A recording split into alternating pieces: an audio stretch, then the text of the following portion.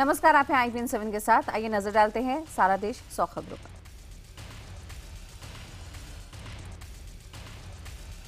आज से शुरू हो रहे संसद के मानसून सत्र में हंगामे होने के आसार हैं। कांग्रेस ने पहले ही दिन यहां पे राज्यसभा में ललित मोदी कांड पर चर्चा का नोटिस देकर अपने इरादे जता दिए हैं। सोमवार को सर्वदलीय बैठक में पीएम मोदी ने सहयोग की अपील की है, लेकिन विपक्षी दलों ने सुषमा स्वराज, वसुंधरा राजे, शिवराज सिंह चौहान और रमन सिंह के खिलाफ हाई लेवल जांच की मांग की और उनका इस्तीफा मांगा। संसदीय कार्य मंत्री वेंकैया नायडू ने साफ कर दिया है कि सरकार किसी तरह के दबाव में आने वाली नहीं है। सरकार और विपक्ष के रुख के बाद संसद में टकराव तय है। माना जा रहा है कि विपक्ष ललित और सुषमा स्वराज के अलावा ललित मोदी और वसुंधरा राजे पर भी सरकार को घेरेगी। विपक्ष के एजेंडे में व्यापम के अलावा स्मृति ईरानी का डिग्री विवाद भी है। छत्तीसगढ़ में रमन सरकार के शासन के दौरान 36,000 करोड़ के धान घोटाले का आरोप भी विपक्ष की नजर में है। महाराष्ट्र का चिक्की घोटाले के मामले को उठाकर पंकजा मुंडे पर भी निशाना साधा जाएगा। इसके अलावा विपक्ष जाति जनगणना के आंकड़ों को जारी करने की मांग को भी मजबूती से उठाएगी। पूर्व सैनिकों को 1 रैंक 1 पेंशन लागू करने के मुद्दे पर भी सरकार को घेरने की रणनीति बन चुकी है। भूमि अधिग्रहण बिल पर विपक्ष के विरोध के बीच सरकार को थोड़ी राहत मिली है। समाजवादी पार्टी और बीएसपी ने अपने रुख में नरमी के संकेत दिए हैं। एसपी और बीएसपी ने संकेत दिए हैं कि सरकार अगर मौजूदा लैंड बिल में कुछ बदलाव करे तो वे उसका समर्थन कर सकते हैं। सोमवार को ही सर्वदलीय बैठक में एसपी नेता रामगोपाल यादव ने कहा कि केंद्र सरकार को बिल पर आगे बढ़ना चाहिए और बीच का रास्ता निकालना चाहिए। पीएम ने सुझाव का स्वागत किया। केंद्र सरकार किसानों को बड़ी राहत देने जा रही है। केंद्रीय कैबिनेट में ये प्रपोजल रखा जाएगा कि किसानों को डीजल पर 50% की सब्सिडी दी जाए। इस पर जल्द मुहर लग सकती है। प्रधानमंत्री नरेंद्र मोदी ने राहुल गांधी पर तंज कसते हुए कहा कि उन्हें गरीबी देखने के लिए कैमरामैन लेकर जाने की जरूरत नहीं है। कुछ साल पहले मनरेगा मजदूरों के साथ राहुल की मिट्टी धोते तस्वीरें आई थीं। बीजेपी राहुल पर गरीबी देखने के लिए पर्यटन करने का आरोप लगाती रही है। 46वें इंडियन लेबर कॉन्फ्रेंस में पीएम ने कहा कि मैं एक गरीब परिवार से निकलकर आया हूं। मानसून सत्र शुरू होने से पहले सरकार ने सर्वदलीय बैठक बुलाई, जिसमें 29 दलों के 41 नेता शामिल हुए। इस बैठक में पीएम मोदी समेत तमाम नेता शामिल हुए। सर्वदलीय बैठक के बाद वेंकैया नायडू ने कहा कि सरकार पर एक भी भ्रष्टाचार का आरोप नहीं है। बैठक में प्रधानमंत्री ने सभी दलों से देशहित में मिलकर आगे बढ़ने की अपील की है। संसद में भूमि विधेयक, जीएसटी विधेयक और रियल एस्टेट जैसे बिल पेंडिंग हैं, जिसे पास कराने की अपील की गई है। इस बैठक में टीएमसी और एआईएडीएमके ने हिस्सा नहीं लिया। पीएम मोदी के बिहार के मुजफ्फरपुर दौरे के पहले हुई हाई लेवल मीटिंग में संभावित खतरे को देखते हुए 24 जुलाई से लेकर 26 जुलाई तक बिहार में हाई अलर्ट घोषित कर दिया गया है। पीएम के दौरे पर नक्सलियों के अलावा 4 आतंकी संगठनों का खतरा है। प्रधानमंत्री नरेंद्र मोदी 25 जुलाई को मुजफ्फरपुर में एक बड़ी रैली करने वाले हैं। बिहार में जैसे जैसे चुनाव नजदीक आ रहे हैं, जनता दल गठबंधन में खटास बढ़ती जा रही है। ताजा मामला है आरजेडी नेता रघुवंश प्रसाद का, जहां पर नीतीश पर हमला बोलते हुए उन्होंने गठबंधन धर्म की सीख दे डाली। रघुवंश प्रसाद ने कहा कि नीतीश केवल अपने प्रचार में लगे हैं, गठबंधन के किसी नेता की फोटो पोस्टर में नहीं है। उन्होंने कहा कि सीट के बंटवारे को लेकर भी अभी तक कुछ साफ नहीं है। बिहार में महागठबंधन की राह आसान नहीं दिख रही। कांग्रेस ने पिछले विधानसभा और लोकसभा चुनाव में मिले वोटों के आधार पर 60 सीटों की मांग की है। वो हर जिले में एक सीट चाहती है। बिहार के पूर्व मुख्यमंत्री जीतन राम मांझी को केंद्र सरकार ने Z+ सुरक्षा दे दी है। अब मांझी की सुरक्षा में सीआरपीएफ के 46 जवान तैनात रहेंगे। उत्तराखंड को अलग राज्य बनाए जाने के वक्त आंदोलन करने वालों को मिल रहे 10% आरक्षण को सरकार खत्म करने जा रही है। सरकार ने नैनीताल हाईकोर्ट में ये जानकारी दी। गौरतलब है कि हाईकोर्ट में एक याचिका दायर कर आंदोलनकारियों को 10% आरक्षण को खत्म करने की मांग की गई थी। याचिका में कहा गया है कि ये संविधान के खिलाफ है। आज मुंबई के सेशंस कोर्ट में तीस्ता सीतलवाड़ की अग्रिम जमानत पर अब सुनवाई होनी है। सीबीआई ने तीस्ता और उसके पति के खिलाफ विदेशी धन के गलत इस्तेमाल का केस दर्ज किया है। सोमवार को तीस्ता इस बारे में अपना बयान दर्ज करवाने के लिए सीबीआई के दफ्तर पहुंचे और अपना बयान दर्ज करवाया। तीस्ता के पति के खिलाफ भी सीबीआई ने केस दर्ज किया। जेल में बंद अमरमणि त्रिपाठी के बेटे अमन मणि त्रिपाठी की पत्नी सारा की कार हादसे में मौत की सीबीआई जांच की मांग की गई है। सारा की मां ने कहा कि सीबीआई जांच से मौत की वजह का पता चलेगा। अमेरिका में नौकरानी से बदसलूकी के मामले में विवादों में आए आईएफएस अधिकारी देवयानी खोबरागड़े की मुसीबत और बढ़ गई है। विदेश मंत्रालय ने देवयानी पर दिल्ली हाईकोर्ट में जानकारी छिपाने का आरोप लगाया। लगातार हो रही बारिश के चलते सब्जियों के दाम आसमान छू रहे हैं। व्यापारियों के मुताबिक प्याज, आलू, टमाटर और हरी सब्जियों के खुदरा कीमत 50 से 150% तक बढ़ चुकी है। भारी बारिश से सब्जियों की फसल बर्बाद हो चुकी है। आलू 20 रुपए, प्याज 40 रुपए, टमाटर 53 रुपए प्रति किलो तक पहुंच गया है। वहीं भिंडी 40 रुपए, गोभी 98 रुपए प्रति किलो बिक रही है। मीनाक्षी मर्डर पर Delhi police chief BS Bassi ने मुख्यमंत्री अरविंद केजरीवाल से मुलाकात की है। इस मुलाकात के बाद अरविंद केजरीवाल ने पीएम मोदी के नाम एक ऑडियो संदेश जारी किया है। केजरीवाल ने पीएम मोदी को रोज 1 घंटे दिल्ली के कानून व्यवस्था के लिए देने या फिर दिल्ली पुलिस का कंट्रोल दिल्ली सरकार को सौंपने की मांग की है। अपनी बेबसी जाहिर करते हुए केजरीवाल ने कहा कि दिल्ली पुलिस निरंकुश हो चुकी है और उस पर किसी का नियंत्रण नहीं है, लेकिन ये भी कहा है कि पुलिस वाला खराब नहीं है, उनका सिस्टम खराब है। मीनाक्षी मर्डर के बाद दिल्ली के सीएम अरविंद केजरीवाल ने कानून व्यवस्था पर पुलिस कमिश्नर को बुलाया था। सूत्रों के मुताबिक दिल्ली की कानून व्यवस्था पर केजरीवाल ने बस्सी से जानकारी मांगी। करीब 1 घंटे चली इस मुलाकात के बाद कमिश्नर के जवानों के बाद अब यहाँ पे कमिश्नर ने जवाब दिया है। दिल्ली सरकार संतुष्ट नजर नहीं आई है कमिश्नर के जवाब से। दिल्ली के गृह मंत्री सत्येंद्र जैन ने इस मुलाकात के बारे में मीडिया को जानकारी दी है। सत्येंद्र जैन के मुताबिक बस्सी ने मीनाक्षी जैसे 500 पीड़ितों की लिस्ट केजरीवाल को सौंपकर सरकार से उन्हें मुआवजा देने को कहा, लेकिन केजरीवाल ने उन्हें कहा कि वो अपने बॉस से बात कर मुआवजा दिलवाएं। स्वाति मालीवाल ने दिल्ली महिला आयोग के अध्यक्ष के तौर पर सोमवार को कार्यभार संभाल लिया। इस मौके पर उन्होंने कहा कि वो महिला आयोग के दफ्तर को राजनीतिक अखाड़ा नहीं बनाने देंगी। स्वाति के मुताबिक अगर उनके पति नवीन जयहिंद भी कुछ गलत करते हैं तो वो उन्हें भी नहीं बख्शेंगी। वहीं उन्होंने कहा कि वो कुमार विश्वास और सोमनाथ भारती के मामले पर भी संज्ञान लेंगी। स्वाति ने महिलाओं की सुरक्षा के मुद्दे पर पीएम को खत लिखने की भी बात कही। उन्होंने ये भी दावा किया है कि जो काम 8 साल में नहीं हुआ उसे वो 8 महीने में कर दिखाएंगी। भोपाल में सोमवार की रात बीजेपी विधायक दल की बैठक में व्यापम का मुद्दा छाया रहा। सूत्रों के मुताबिक विधायकों को विधानसभा के अंदर आक्रामक तरीके से सरकार का बचाव करने को कहा गया। व्यापम घोटाले का पर्दाफाश करने वाले डॉक्टर आनंद राय का तबादला कर दिया गया है। डॉक्टर आनंद राय को इंदौर से धार भेज दिया गया है। तबादले के बाद आनंद राय ने नेटवर्क 18 से बात की। उन्होंने आरोप लगाया कि मध्य प्रदेश के मुख्यमंत्री शिवराज सिंह चौहान घबराए हुए हैं। डॉक्टर राय ने कहा कि वो ट्रांसफर को हाईकोर्ट में चुनौती देंगे। वहीं सुप्रीम कोर्ट ने एसआईटी को जांच जारी रखने के आदेश दिए हैं। केंद्रीय रक्षा मंत्री मनोहर पर्रिकर और गोवा के मुख्यमंत्री लक्ष्मीकांत पार्सेकर ने गोवा घूस कांड मामले की सीबीआई जांच की मांग की है। बीजेपी ने यह भी आरोप लगाया है कि पैसा कांग्रेस हाईकमान तक पहुंचा। पर्रिकर और पार्सेकर ने घूसकांड में कांग्रेस की दिगंबर कामत सरकार के 2 पूर्व मंत्री को शामिल होने का आरोप लगाया। अमेरिकी कंपनी लुइस बर्जर पर परियोजनाओं के लिए करोड़ों की घूस देने का आरोप है। कंपनी के 2 पूर्व अधिकारियों ने अमेरिकी अदालत में घूस देने की बात मानी थी। कांग्रेस ने अमेरिकी राष्ट्रपति के प्रधानमंत्री से दोस्ती का हवाला देकर घूस लेने वाले मंत्रियों के नाम पता कर कार्रवाई की अपील की। शिवराज सिंह चौहान ने सोमवार को मंत्रियों के साथ बैठक कर सूबे में भारी बारिश के बाद से हालात का जायजा लिया। मौसम विभाग ने अगले 2 दिनों तक उज्जैन, इंदौर और होशंगाबाद में भारी बारिश की चेतावनी जारी की।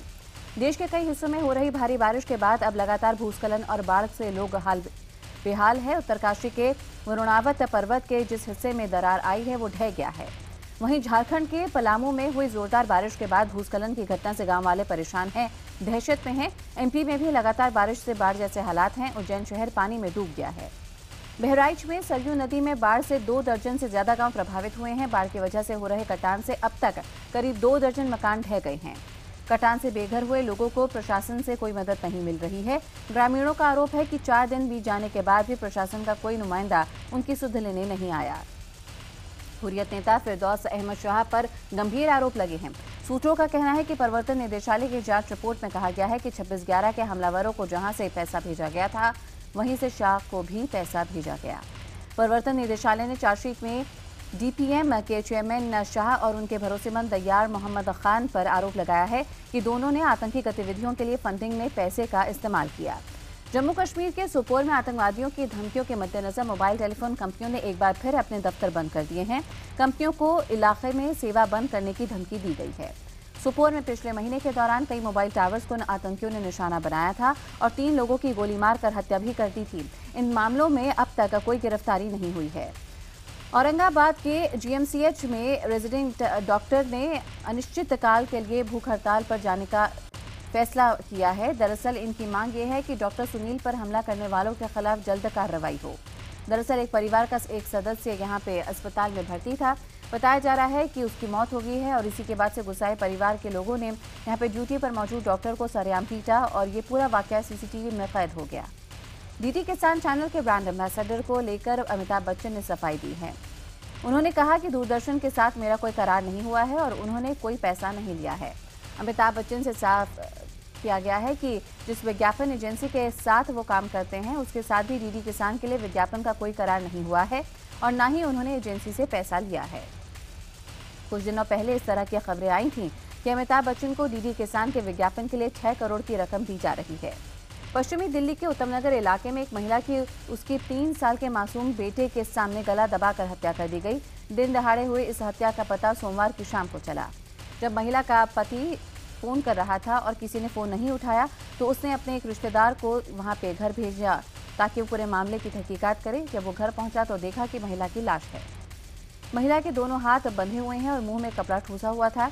मौके पर पहुंची पुलिस ने लाश को पोस्टमार्टम के लिए भेजा। पुलिस ने लूटपाट की आशंका से मामला दर्ज किया है। महिला के 3 साल के बेटे ने अपने घर वालों को बताया कि 2 अंकल आए थे और उन्होंने पाल पकड़कर उनकी मम्मी को मारा। पुलिस अब बच्चे से और भी बात कर सुराग तलाशने की कोशिश में है। दिल्ली के ज्योति नगर इलाके में ईद के दिन एक शख्स की बीच सड़क पर हत्या कर दी गई। हत्या की तस्वीरें सीसीटीवी में कैद हो गई। जामिया नगर का रहने वाला सलमान अपने रिश्तेदारों से मिलने ज्योति नगर गया था, जहां बाइक में टक्कर लगने के बाद अविरोध करने पर दूसरी बाइक पर सवार लड़कों ने उसे चाकुओं से गोद दिया। मुंबई के पास विरार में 10वीं की एक छात्रा को चाकू मारने का मामला सामने आया। बताया जा रहा है कि कुछ दिन पहले पीड़ित लड़की ने छेड़खानी का विरोध करते हुए लड़के को थप्पड़ जड़ा था। थप्पड़ खाने के बाद सोमवार को उस लड़के ने अपने दोस्तों के साथ मिलकर लड़की पर हमला किया। फिलहाल छात्रा का अस्पताल में इलाज चल रहा है। आरोप है कि पुलिस ने भी मुकदमा दर्ज करने में देरी बरती है। मुंबई में एक बार फिर से यहाँ पे छापे के दौरान जिस्म फरोशी के तहखाने का खुलासा हुआ है। गोरेगांव इलाके में धड़कन बियर बार पर एक सामाजिक संस्था की मदद से पुलिस ने जब छापा मारा तो अंदर कई तहखाने मिले हैं। महज 4-5 फुट के इन तहखानों में बार बालाओं को छिपाकर कैद रखा जाता था। इन तहखानों से 20 लड़कियों को आज़ाद कराया गया। 13 ग्राहक और 20 कर्मचारी भी पुलिस के हत्थे चढ़े हैं। गुजरात के सिद्धपुर के एक गुरुकुल में एक साधु और रसोइये को छात्रों के साथ दुष्कर्म के आरोप में गिरफ्तार किया गया। पीड़ित छात्रों के मुताबिक रसोइये छात्रों को बहला फुसलाकर साधु के कमरे में भेजता था। दरअसल बीते बुधवार को एक छात्र ने अपने परिजन को जानकारी दी और जब उसके परिजन वहां पहुंचे तो मामला खुला। पुलिस ने शुक्रवार की शाम दोनों आरोपी को गिरफ्तार किया। आगरा में गैंगरेप के बाद एक विवाहिता महिला का बेरहमी से हत्या का सनसनीखेज मामला सामने आया। अपराधियों ने उसके घर में घुसकर पहले गैंगरेप किया और फिर उसके शरीर के टुकड़े कर दिए। दरअसल वारदात के वक्त महिला घर पर अकेली थी। 2 दिन बाद जब उसका पति और बेटी घर लौटे तो वहां छत पर उसकी अधजली लाश भी मिली टुकड़ों में। पुलिस अब मामले की जांच कर रही है। बिहार के वैशाली में बस से कुचलकर बाइक सवार की मौत के बाद लोगों ने जमकर हंगामा किया। बाद में शव को सड़क पर रखकर हाईवे जाम कर दिया गया। करीब 3 घंटे के बाद पुलिस ने जाम खुलवाया। राजसमंद में एक सरकारी स्कूल के टीचर पर 2 छात्राओं को चाकू मारकर घायल करने का आरोप लगा। दोनों लड़कियों को जख्मी हालत में अस्पताल में भर्ती करवाया गया। दरअसल आरोपी टीचर रिश्ते में छात्राओं का चाचा लगता है और उसका इनसे किसी बात को लेकर विवाद हुआ। चाकू मारने के बाद से आरोपी फरार है। पुलिस केस दर्ज कर उसकी तलाश में जुट गई है। गुजरात के गोंडल में एक परिवार शाम को टीवी देख रहा था तो अचानक टीवी में धमाका हो गया। धमाके के बाद आग से 1.5 लाख नकद और काफी सामान जल गया। जब टीवी में धमाका हुआ तो घर में कई लोग मौजूद थे और धमाके के बाद दौड़कर घर से बाहर निकले। बाद में आग पर किसी तरह से काबू पाया गया। जयपुर में ऑटो रिक्शा चालक ने एक महिला को एलिवेटेड रोड से धक्का दे दिया जिसमें वो बुरी तरह से जख्मी हो गई। सवाई मानसिंह अस्पताल के ट्रॉमा सेंटर में भर्ती पीड़ित काफी डरी और सहमी हुई है। शनिवार की रात करीब 12 बजे महिला ऑटो से अजमेर रोड जा रही थी। आरोप है कि उसी दौरान ऑटो ड्राइवर और उसके साथियों ने उसके साथ छेड़खानी की और जबरदस्ती की कोशिश की। यूपी के बदायूं में एसपी नेता टेक चंद्रपाल के बेटे पर अपने 2 साथियों के साथ मिलकर एक नाबालिग से गैंगरेप का आरोप लगा है। पुलिस ने 3 लोगों के खिलाफ मामला दर्ज किया है जिनमें से एक की गिरफ्तारी हो चुकी है। एसपी नेता का बेटा अब तक पुलिस की पकड़ से बाहर है। आरोप है कि पीड़ित जब शौच के लिए गई थी तो उसे बदमाशों ने जबरन बाइक पर बिठा लिया और फिर आम के बाग में इस वारदात को अंजाम दिया। बिहार के सासाराम में बलात्कार के एक मामले में यहां पर जमकर बवाल मचा है। घटना के खिलाफ राजनीतिक दल और व्यावसायिक संगठनों ने सड़क पर उतरकर विरोध जताया और आगजनी की। सासाराम के सांसद छेदी पासवान ने एसपी का पुतला फूंका है। बंद का समर्थन जन अधिकार पार्टी के नेता पप्पू यादव ने भी किया है। बता दें कि 15 जुलाई को सासाराम में 2 बहनों के साथ गैंगरेप का मामला सामने आया था। यूपी के बहराइच में एक किशोरी से छेड़खानी का विरोध करना परिवार वालों को महंगा पड़ा। बेखौफ बदमाशों ने लड़की के परिवार पर हमला कर 5 लोगों को घायल किया। एसपी के शाजपुर में एक महिला अपने साथ हुए रेप के बाद दर की ठोकरें खाने को मजबूर हो गई है। आरोप है कि गांव के पूर्व सरपंच ने कई साल तक उसका यौन शोषण किया और जान से मारने की धमकी दी। महिला का पति शादी के बाद से ही काम की तलाश में भोपाल चला गया था। आरोप है कि महिला के अकेलेपन का फायदा उठाकर पूर्व सरपंच ने उसका यौन शोषण किया। यूपी के मऊ में बाइक सवार बदमाशों ने चुनावी रंजिश और वर्चस्व की लड़ाई में समाजवादी पार्टी के नेता को गोलियों से भून दिया। एसपी नेता की अस्पताल ले जाते वक्त मौत हो गई। एसपी नेता को प्रधान का चुनाव नहीं लड़ने को लेकर लगातार धमकियां मिल रही थीं। नेता की हत्या से गुस्साए लोगों ने गाजीपुर आजमगढ़ रोड जाम कर दिया। साथ ही 2 सरकारी बसों के शीशे भी तोड़ डाले। दिल्ली में वायु प्रदूषण रोकने के लिए नेशनल ग्रीन ट्रिब्यूनल ने कड़ा आदेश दिया है। एनजीटी ने दिल्ली पुलिस, दिल्ली सरकार, एमसीडी को कहा है कि दिल्ली की सीमा पर शाम 5 बजे से सुबह 7 बजे तक चेकिंग की जाए। एनजीटी ने बाहर से आने वाली गाड़ियों से होने वाले प्रदूषण पर 22 जुलाई की रिपोर्ट पेश करने को कहा है। आपको बता दें कि दिल्ली के चेकिंग पॉइंट बहादुरगढ़, गाजियाबाद और सोनीपत में हैं। अंतर्राष्ट्रीय बाजारों में सोना 5 साल के सबसे निचले स्तर पर पहुंच गया है। इस गिरावट का असर घरेलू बाजारों पर भी हुआ है। भारतीय बाजार में सोना 25,000 से नीचे चला गया। दाम में गिरावट की वजह अंतर्राष्ट्रीय बाजार में डॉलर का मजबूत होना बताया गया है। खबरों के मुताबिक आने वाले दिनों में सोना और सस्ता होगा। भारतीय हॉकी कोच पॉल वेन को हॉकी इंडिया ने कोच पद से हटा दिया है। हॉकी इंडिया का कहना है कि वर्ल्ड हॉकी लीग में टीम के खराब प्रदर्शन के बाद ये फैसला लिया गया। लेकिन कोच पॉल वेन का कहना है कि वर्ल्ड हॉकी लीग सेमीफाइनल के दौरान नरेंद्र बत्रा से उनकी किसी बात को लेकर कहासुनी हुई है, जिसके बाद हॉकी इंडिया ने उनको हटाने का फैसला लिया। बीसीसीआई ने 4 सदस्यों की एक कमेटी बनाई है, जो कि लोधा कमेटी की फैसले के आधार पर आगे की रणनीति तय करेगी। इसमें अनुराग ठाकुर और राजीव शुक्ला शामिल हैं। बीसीसीआई सचिव अनुराग ठाकुर ने नेटवर्क 18 से खास बातचीत में कहा कि आईपीएल 9 अच्छी तरह से होगा। इसके लिए लोधा कमेटी की रिपोर्ट को लागू किया जाएगा। उत्तर प्रदेश 3 दिनों में ही सलमान की फिल्म ने 102 करोड़ की कमाई कर ली है। आमिर खान अपने दोस्त सलमान खान की ईद पर रिलीज हुई फिल्म बजरंगी भाईजान की जमकर तारीफ कर रहे हैं। फिल्म देखने के बाद आमिर ने कहा कि सलमान की ऐसी एक्टिंग नहीं देखी। एक था टाइगर, बजरंगी भाईजान जैसी फिल्मों के बाद अब तीसरी बार सलमान कबीर खान की जोड़ी नई फिल्म की तैयारी में है। बताया जा रहा है कि इस फिल्म की कहानी भी बजरंगी भाईजान की तरह इमोशन से भरपूर होगी।